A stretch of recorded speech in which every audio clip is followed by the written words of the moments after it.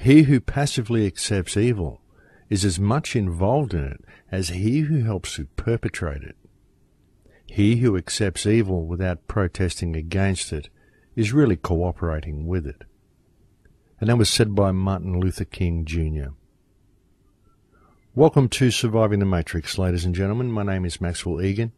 It's a pleasure to be with you once again, and I will be your host for the next hour.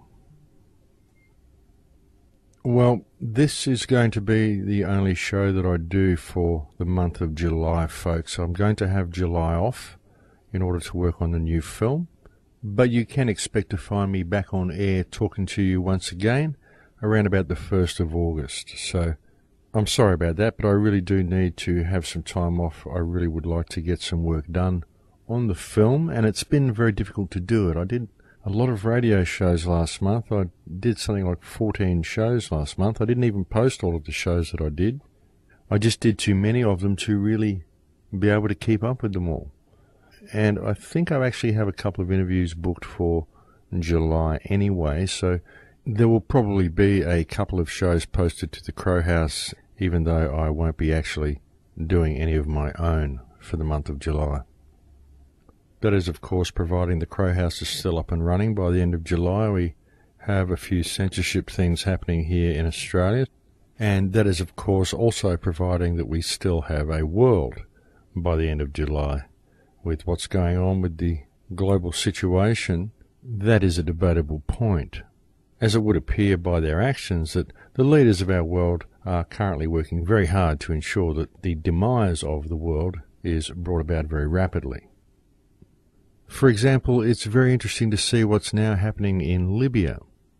There has, of course, recently been an arrest warrant issued for Colonel Gaddafi, and this was announced during a shocking news report that showed that women and children and young girls were taking up arms against the invaders. And does this seem a little strange to you folks? I mean, isn't it funny how the people of Libya are so willing to take up arms to defend their nation and defend Gaddafi? I mean, people must really ask why the people are so willing to defend Gaddafi, if he is in fact the terrible dictator that we are informed that he is by our controlled media. Of course, when one young girl was interviewed and asked why she had taken weapons training at school, she told the reporter that she did it to help save her country. And as always, truth comes from the mouths of babes. The entire Libyan uprising is a complete scam, folks. It's about installing the central bank that the so-called rebels installed.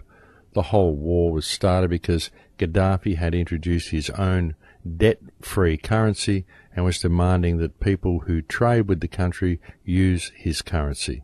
And that's what it was all about.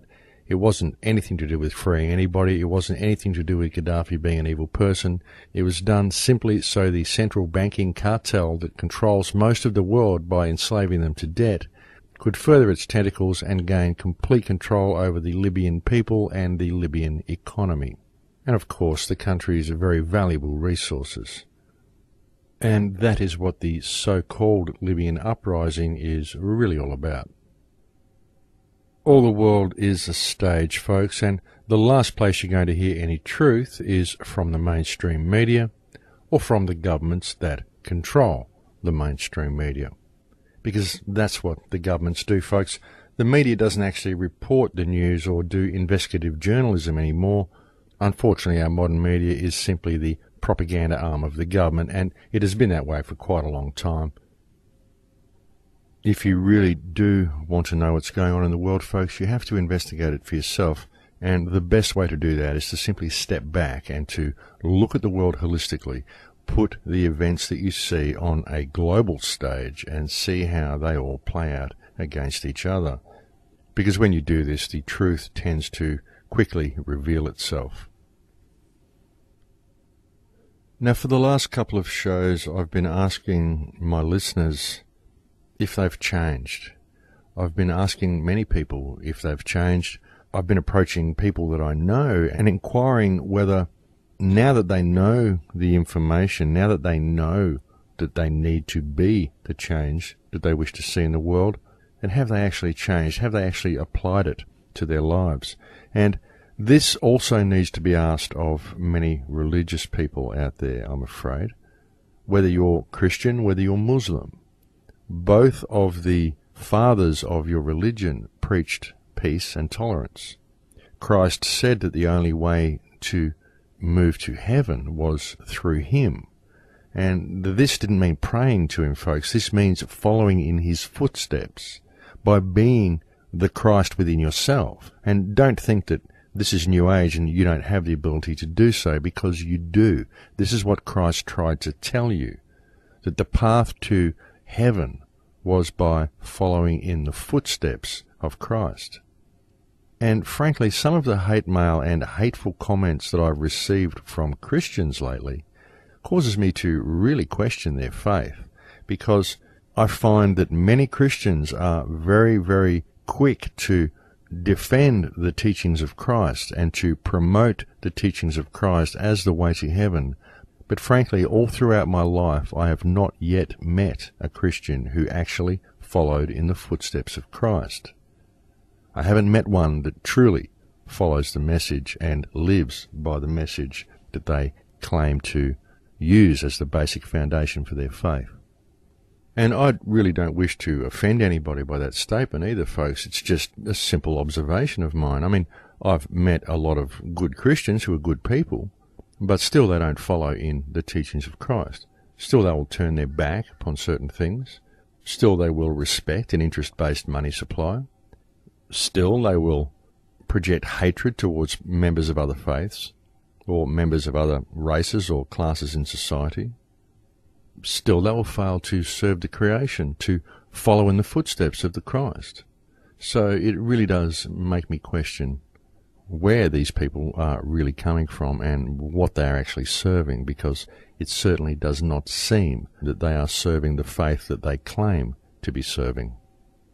And I think a lot of these people should look a little deeper at themselves and try to understand what energy they are actually in and what state of mind they are actually promoting, whether this is of service to the creation and whether it is a way of applying the teachings of Christ to their reality, or whether it is simply a way of promoting hatred. And essentially, folks, what people need to ask themselves is, what would Christ do in this situation? And they should follow his example. Because if people were to actually do this, then this would be a way of uniting the human family under one umbrella of love, tolerance, and compassion for each other, and thereby healing the world of the problems we currently face. And that's really the truth of the matter, folks. So if you are of a religious persuasion, if you are a Christian, it should be very clear to you that if your church or your government is promoting intolerance towards another under the guise of Christianity, then they are simply not following the teachings of Christ, and they are leading you down a false path which can only ever serve the darker side of creation. I would suggest that you even look to your own Bible and remember that it says that there will be a large number of false prophets that appear near the end times. And I would suggest that if you have starvation or homelessness or people in shortage in your area, and you have a church in your area that has not remedied those problems in your society, and if you have a government or a church that does promote war and intolerance towards others, then you have these false prophets in your midst right now. And I would suggest that you all be very careful who you follow, because who you should follow is the words of Christ, which should reside in your own heart. And when you find your heart, you find your path. When you find your path, you find your way, and the way is through compassion, tolerance, and service to the creation, just as Christ tried to tell you. And folks, this really can also be applied to all religions, because every religious leader, regardless of who they are, regardless of how their words have been twisted by whichever book has been written about them, all of these people promoted peace, tolerance, compassion, and a love and understanding of their fellow man. And we very often fail to see this within any religion. We fail to see it also within the New Age movement. Many New Age people promote love and life, but they still have stuff with each other. They still have issues with each other. They still have ego problems. They still have reflections that they see in each other that they won't face. They still refuse to face the shadow. And this is the problem that we see in religious people as well. This is why we see religious intolerance amongst various religions, is because of the people's failure to face the shadow. The people's failure to face the fear within themselves that causes them to fear other faiths and other religions and other people and other races and other colours and other people from other social classes, and all of the rubbish that we get taught is reality when actually it's not. What's real is the people. And as soon as people realise that all of these systems have been constructed purely to divide them, regardless of the teachings of whichever saviour or teacher they are following, the teachings are probably quite good, but the religious institutions that have been created around them have nothing to do with the actual teachings, and the religious institutions' sole purpose is to divide the people. And it has always been, and to this day still remains, a very effective method of doing so. Do you really want to follow the teachings of your religious leaders? Do you really want to follow the teachings of Christ? Then stop fighting the wars. Start helping your neighbours. Stop judging other people. Stand up against the interest-based money supply. Stop paying interest. Interest is fiction. Stop supporting a fictional system that's enslaving you and raping the planet. Stop supporting corporate interests. Stop allowing corporations to have the same rights as people. Do you want to stop chemtrails in your area? Then stand up. Do something about it. Form an action group in your community. You only need 5 or 10 people. Gather soil samples, gather water samples, or put in a little bit of money, send the samples off to get tested specifically for aluminium, barium and strontium.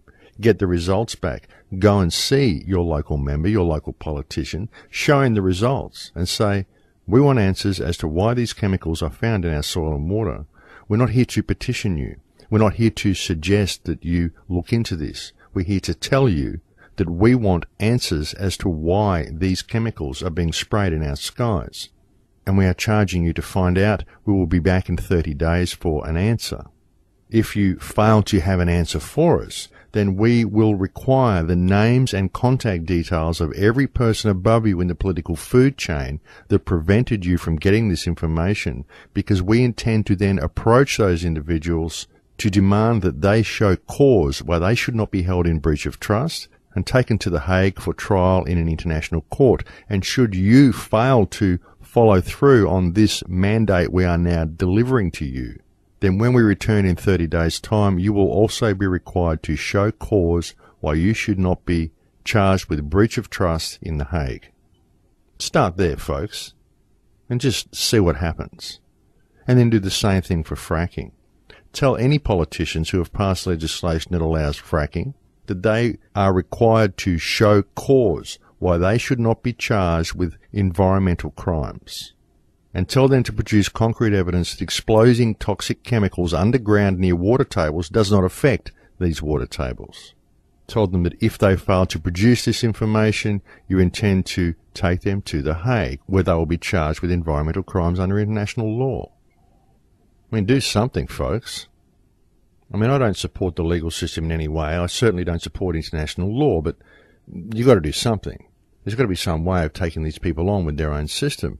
But what prevents us from doing so is that people simply aren't prepared to stand in their power. You've got to understand that these politicians work for us.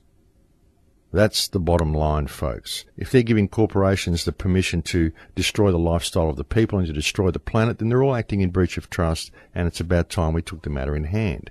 We can't use their system to do it because their system is obviously so corrupt that it would allow this situation to be brought about in the first place. So what's the point of trying to use a corrupt system in order to deal with the corruption within the system? You can't, because it's the system itself that's corrupt.